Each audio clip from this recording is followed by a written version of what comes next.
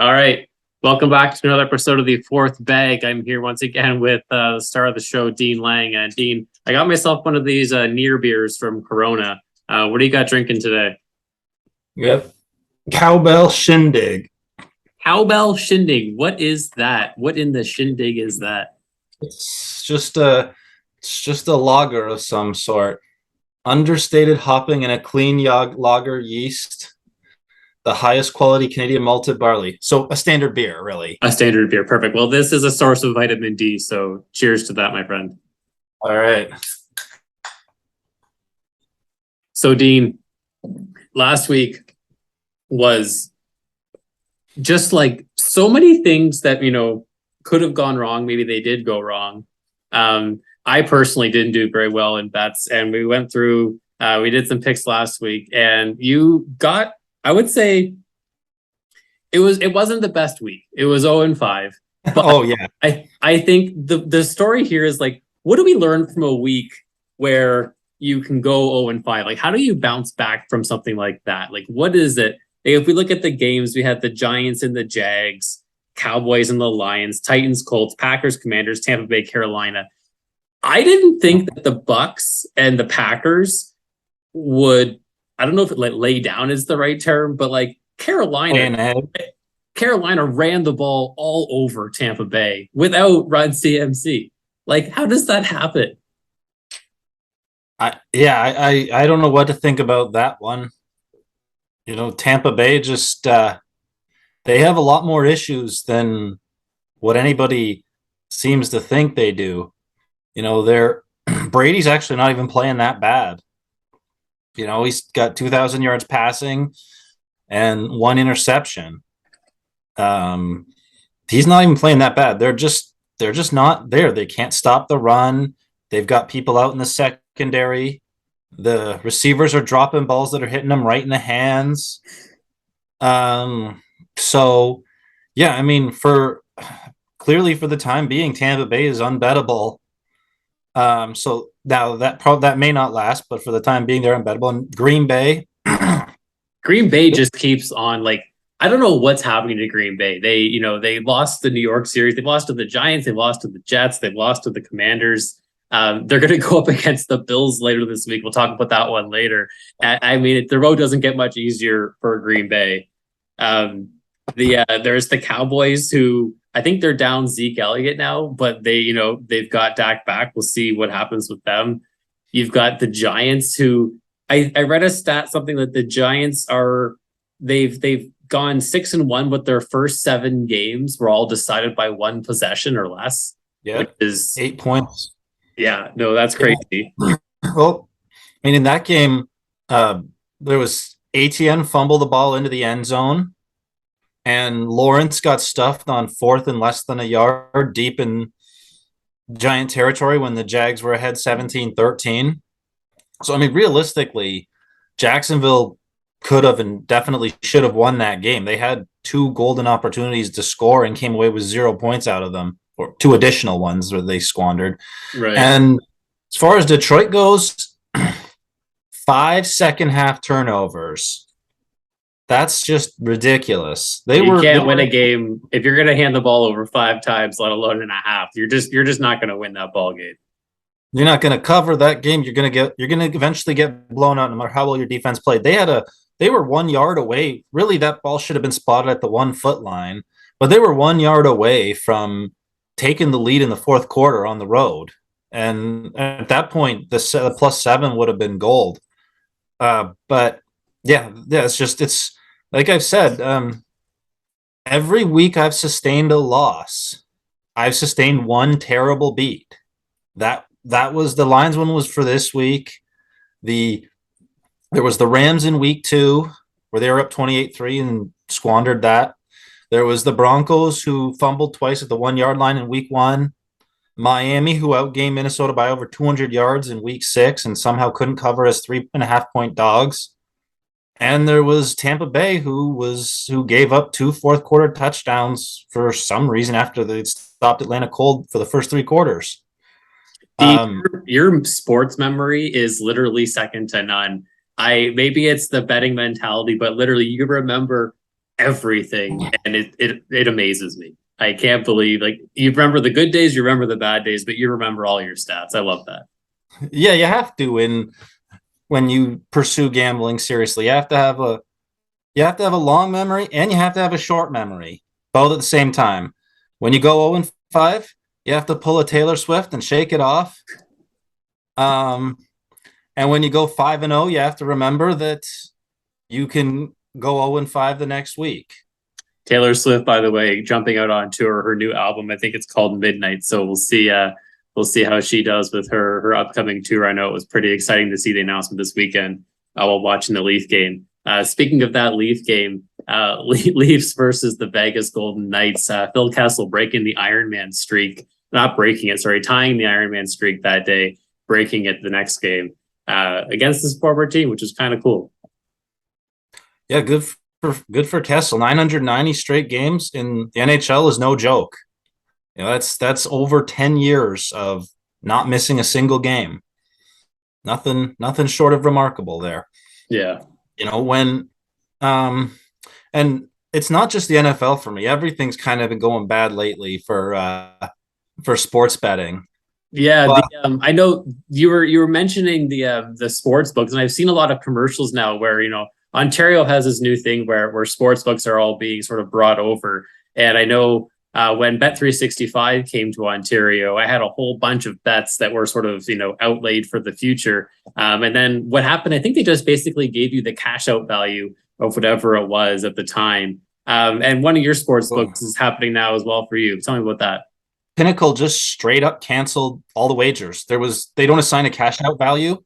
They just straight up canceled all of those wagers that were open, that were long-term futures bets when they did the Ontario regulation. So even if you're in the money in some of those bets, let's say you had money on, I don't know, the Astros to win the World Series from a bet you might have made mid-season, would that just get cashed or canceled for the amount you placed the bet for? Well, I mean, the Astros haven't won the World Series yet, so I imagine there would be a cash out value for it, is what I mean. I couldn't tell you honestly.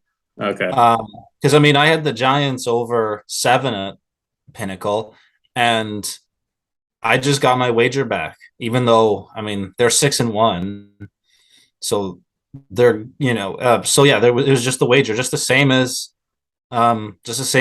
whatever bet I had that was like Tampa Bay over 11.5. That bet just got the wager back too, thankfully.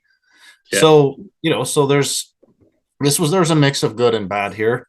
It's kind of weird how they feel like they have to cancel the wagers, but I guess when they are kind of doing this conversion, they want to do it with like a clean slate. I don't know.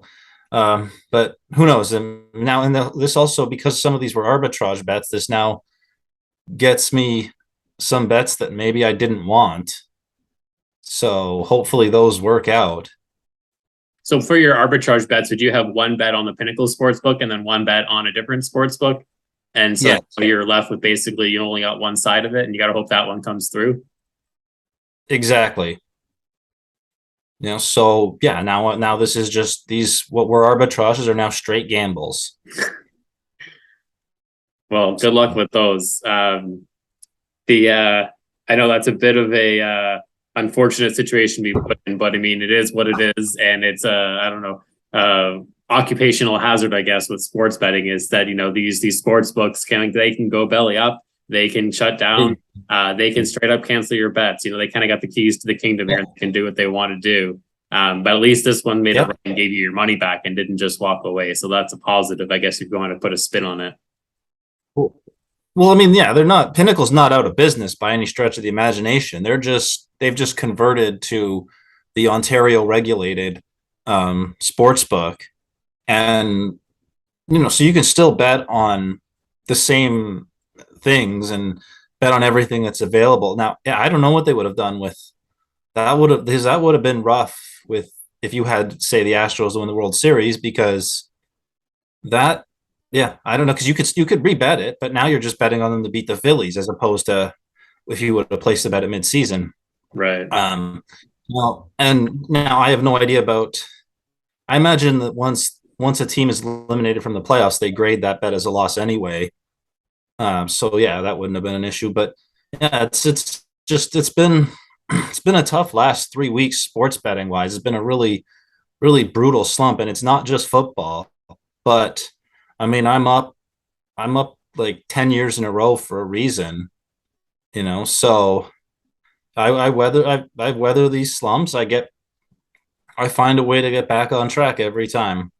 I like that, Dean. That's I like the positive mojo. So good for you for having the right attitude to get out of this. I could definitely take a page out of your book and do the same. The I feel like let's lighten the mood, Dean. Let's Sure. let's go to Hulk Hogan. If Hulk Hogan was here today, sitting here with us, like, what do you think Hogan would tell us? What's something ridiculous that Hogan might say to just be like, you know what? Here's one for you. He can't deny anymore having sex with Bubba the Love Sponge's wife as he did on the Howard Stern show. He can't deny that anymore.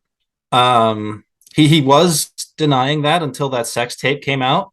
So yeah, so there's that one. Once the sex tape came out, there was no room for denial. Let's see. Hogan claims that he suffered catastrophic damage to his rib cage in his WrestleMania X8 match against The Rock. That when The Rock gave him that first rock bottom, he broke nearly every rib in his midsection, and he was willing to let The Rock give him another one. The rock bottom, that's a deadly move, man. If you get that rock bottom, you might get it. But did he actually break every one of those ribs? Could you imagine that the people's elbow broke his ribs? Like, give me a break. The people's elbow is the worst finisher in the history of wrestling. I mean, you just lay there like a goober forever, and all he does is drop an elbow, and not even from the second rope or the top rope. He just from a standing position. It's just, I know it's The Rock and he's a legend, but that finisher is just ridiculous. But yeah, no, Hogan continued to work full time for the next 4 or 5 months. He was world champion a month later. So not a chance that he sustained a major rib. Yeah, no, well, maybe one rib was broken. I don't know, but not a chance he sustained catastrophic damage there. Hogan claims that in his Halloween Havoc match against the Ultimate Warrior, 'tis the season, he suffered burns, and his hair and his mustache, his beard and mustache were burnt off in the flash paper stunt against the Warrior. So Hogan brought out flash paper in the match. He was supposed to light it and blind the Warrior, and then the Warrior would make a babyface comeback blind. Instead, Hogan hit himself with the flash paper. And I mean, you could clearly see that he did not burn his eyebrows, his mustache, his beard. He didn't burn any of it off. He did get his win back in that match from WrestleMania 6. And there are some who say that that's the only reason the Warrior was brought in, was so Hogan could get his win back.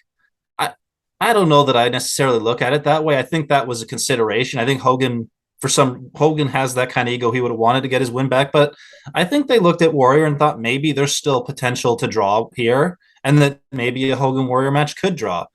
But yeah, that match was one of the worst matches in wrestling history. It's not remembered fondly. I taped Halloween Havoc on my PVR from the network, so I'll have to. That's 1998. So I'll go and watch that match and see how it aged. But it sucked then. It's probably still going to suck now. What else? Any more Hogan stories? Oh, there's so many. It's just where do you? He claims that he didn't know Austin and Rock would be joining him out at the ring for their WrestleMania 30 segment, except that they can be seen on the WWE 24 video backstage gearing up for the segment. So I mean, something that seems like Hogan might, like, when Hogan says these things, does he not realize that like there are cameras in a lot of places? And so if you're going to deny sex tapes or not having sex, but there is a tape, you're going to deny seeing somebody and meeting them before footage. But there's literally cameras everywhere backstage, and so it's sort of hard to hide when these things are happening. Now, in the sex tape incident, he may not have known there was a tape because it was filmed on Bubba's home like security system. So he may not have known that that tape existed until it was unearthed and unleashed on the world. And I mean, I've seen a couple of still pictures. I don't want to see the actual video. I mean, Nope. Hogan's pasty white ass is all I need to see out of that. No, dude. So, Why don't we just I know you probably got a few more Hogan stories. But Hogan's pasty white. You know what? Maybe we just leave well, Hogan. well, no, we got in the World Series season, Hogan claims he batted an unheard of 714 in the Little League World Series as a kid, except that the Little League World Series has no record of anyone named Terry Bollea ever participating in it. He played in under a different name, under a different stage name. You never know. When he was 13 years old. He was already making up other personas. We'll see what he'll have to see if he was under a different name, but maybe he did. There's no maybe Terry wasn't there, but somebody else could have been there. And Hogan claims that he rewrote the script for both Mr. Nanny and Santa with Muscles because they were a disaster, but the Screenwriters Guild refused to give him credit because he wasn't a full writer. But I have no idea why you would want credit for writing those movies. They were just awful. Mr. Nanny. Mr. Nanny. Yeah, Santa with Muscles, which features a very young Mila Kunis, by the way. That's probably a movie she won't put on her resume. But it's I wouldn't. It's kind of like it's like rewriting The Room.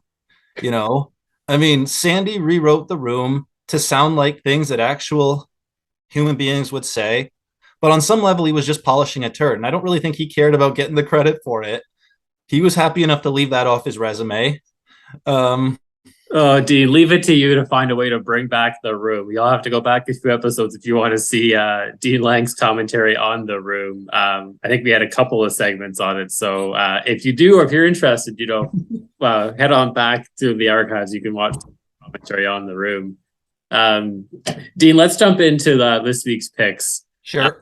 So we're going to shake off last week, and you got 5 games going this week. I think it's 2 in the early slate, 2 in the late slate, and you got Sunday Night Football. So we'll start with the early slate. The reborn Carolina Panthers, we'll call them that, plus 4.5 at the Atlanta Falcons. You like the Panthers here? Tell me why. Well, they seemed to find something with the running game last week, and with the running game, PJ Walker was able to make a few plays in the pass game, but they'll be able to run play action. The Falcons have a terrible pass defense, and that 4.5, Atlanta's not really the kind of team that should be favored by more than 3 against anybody. And they've been sure they covered their first 6 games, but they were basically blown out by the Rams and Bucks, and kind of got lucky that those teams fell asleep there. And then Cincinnati, they couldn't muster anything against Cincinnati in the second half. So Carolina with Hubbard and Foreman, I think that they ran the ball really well last week. Maybe they just get back. They got this new 2-headed monster in the backfield, and DJ Moore. Maybe all of a sudden maybe we got some aerial attack going on. We'll see what happens with the Panthers, but then plus 4.5 against the Falcons, I'll take it. Yeah, and like I said before, the offensive line plays a big role in the running game because they can open up holes that any running back can get through. I mean, like I said, right, there's obviously exceptions in terms of what guys can do in the secondary, but if you can get through that initial, if you can get through the initial line, you can get first downs and keep the ball moving. Yeah. The next game you got on the list here, the Patriots, they're on the road. They're going to New York to play the Jets. And you like the Patriots minus 2.5. And the Patriots coming off of Monday Night Football, and this might be one of those, classic Dean Lang. They were just embarrassed, and you know what? Can't do that twice in a row. And so, tell me about the Patriots. Well, yeah, that's just it, right? They were humiliated on Monday Night Football, and the Bears played with purpose. The Bears played a phenomenal game. That was their best game in the season by far, probably their best game that they will have this season. And New England is they're gonna shake that off. They've got Belichick, and he should be able to put together a game plan to force some mistakes from Zach Wilson. Zach Wilson's still just a second year quarterback. And the Jets were out everything by the Broncos last week, except scored. But Denver had 21 first downs to the Jets 10. And and that's just, I don't know how you win that game, how the Jets win that game. Eventually, they're gonna the way they're getting outplayed, and this luck's gonna run out. And New England this is a game that they have to bounce back. I mean, they're 3-4. They have a brutal schedule the second half. They got to win this game and give themselves a chance at salvaging anything. Not that I think they will anyway, but I mean, I don't think the Jets are very good either. I think they get some turnovers out of Wilson, and you know, we'll see. All right. So Patriots and Panthers in the early window, and then the you got the Colts, and the Colts -2.5, and they're home to the Commanders. The Commanders coming off that win against the Packers. And you like the Colts here, who are coming off of a loss against the Titans. So what do you think about the Colts -2.5? Well, Chris, the Colts played great defense against the Titans. There was a pick six by Matt Ryan, and then there was another interception that set up a field goal. There was a face mask that the referees called that wasn't a face mask, but gave the Titans some crucial yards and set up more points. And the Colts kind of got screwed over by the refs in that game a little bit too. I mean, the refs missed a face mask on that pick six. And here they've switched over to Sam Ellinger. They're Do you think that opens the door to focus more on the running game and just sort of like unleash Jonathan Taylor? I think Jonathan Taylor was on a bit of a pitch count last week. He didn't get too many carries. He did get some action as a pass catcher. But do you think this is the Jonathan Taylor show and you just see him go off with like 30 carries for a couple hundred yards? Or like, what are you thinking? It's possible that they do that. That they try to simple it down. Maybe they thought Matt Ryan, they had to do too much with Matt Ryan. Matt Ryan looks washed up. He looks like he might not even be in the league next season. He definitely won't play for the Colts.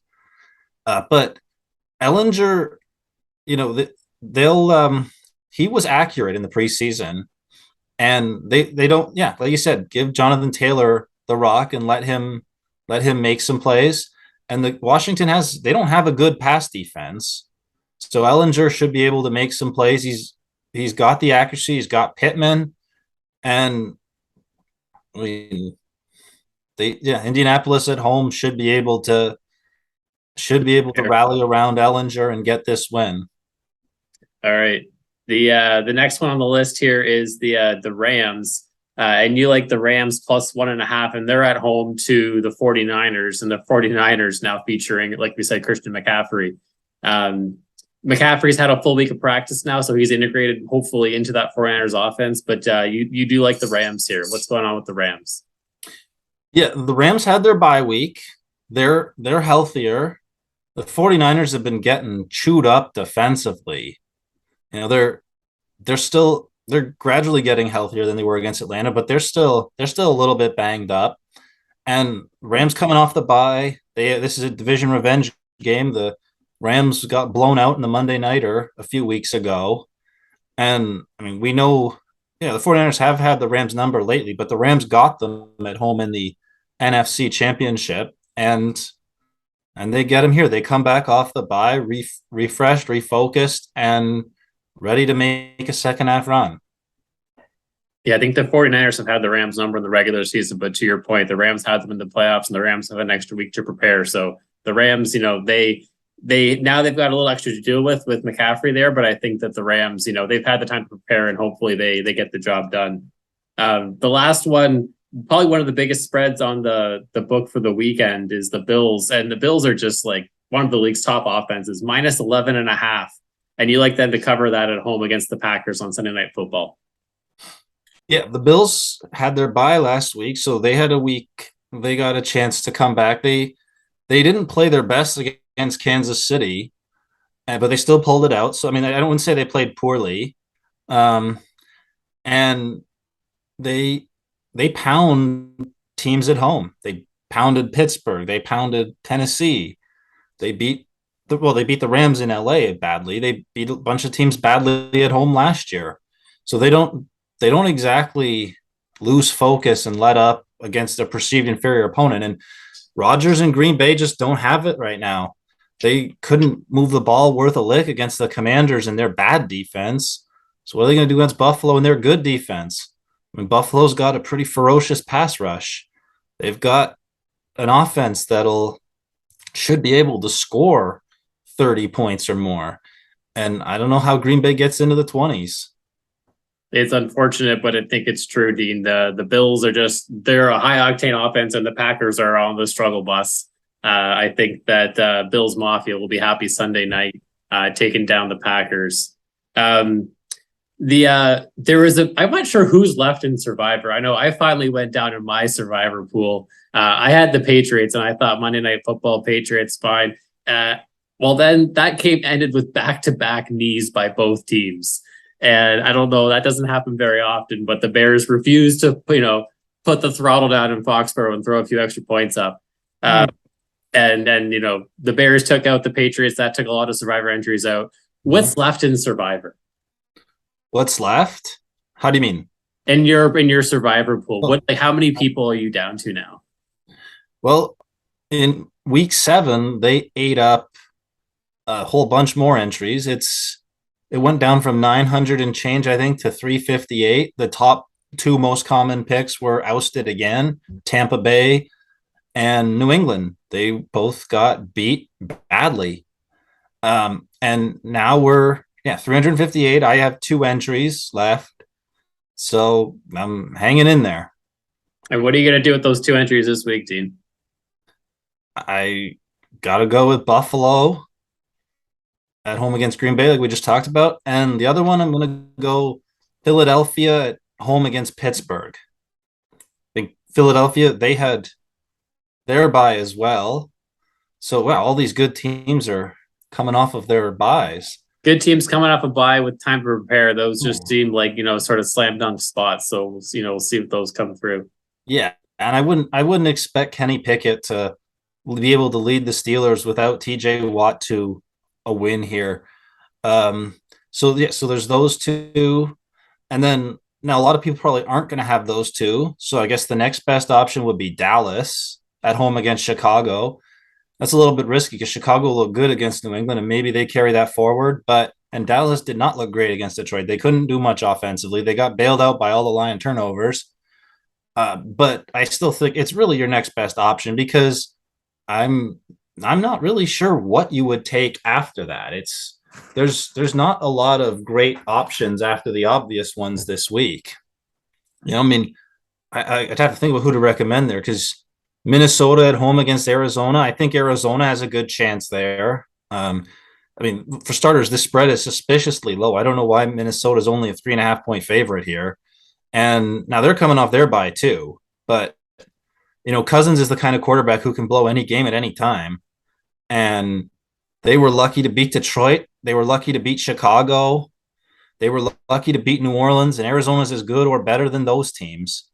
You got Cincinnati going into Cleveland, Halloween night, Monday nighter. And Cincinnati's now without Jamar Chase. We'll see if that helps or hurts them. But Cleveland's going to be playing this. They're playing this as their Super Bowl. They're 2-5. This is the highlight of their season. Monday night at home against Halloween night division, state rival. Yeah. I mean, and you got Miami -3 at Detroit or 3.5 or 4, something like that. And that's a hard one to recommend in that, Detroit could play a clean game and pull it out. Maybe Miami didn't look great against Pittsburgh. They looked great for a quarter and they couldn't finish. They couldn't close the deal. I mean, they won, but they kind of held on. So there's them. And then I mean, I can't say Jacksonville or Denver. I recommend a pick there. And I can't say I recommend a pick with the Raiders and Saints. I would say, I guess, almost by default, you have Indianapolis. I would say Indiana. If you don't have any of those three, I We can go guess with the by Colts over the default, Commanders. yeah. I mean, and that's a hard one too because you're going with a quarterback you've never seen play in the NFL before. So, I mean, it's yeah. Hopefully, you have one of those because if you've used up all three, that's tough. I mean, like I can't. Then you got the Giants in Seattle. The one game this week where both teams have winning records, and just like everybody knew, that's how it was going to happen. Week 8, looked at the schedule. Yep, the one game where both teams have winning records is going to be the Giants against the Seahawks, not the Ravens against the Bucks, not the Packers against the Bills, You got some not key matchups this week that you definitely circled on the calendar at the beginning of the 40, season, thinking, "Oh my goodness, these are going to be some great games with some big teams. They're going to be, way out in front." And yeah, no, these teams are all fighting for a win, trying to, keep their seasons alive at this, early juncture. 49ers against the Rams. I mean, I think there were about 8 games I would have picked ahead of the Giants and Seahawks for both having winning records. Even, yeah, and then I guess, yeah, and Tennessee against Houston. I mean, without knowing Tannehill's status, I mean, he's been in a walking boot this week. Is he going to play?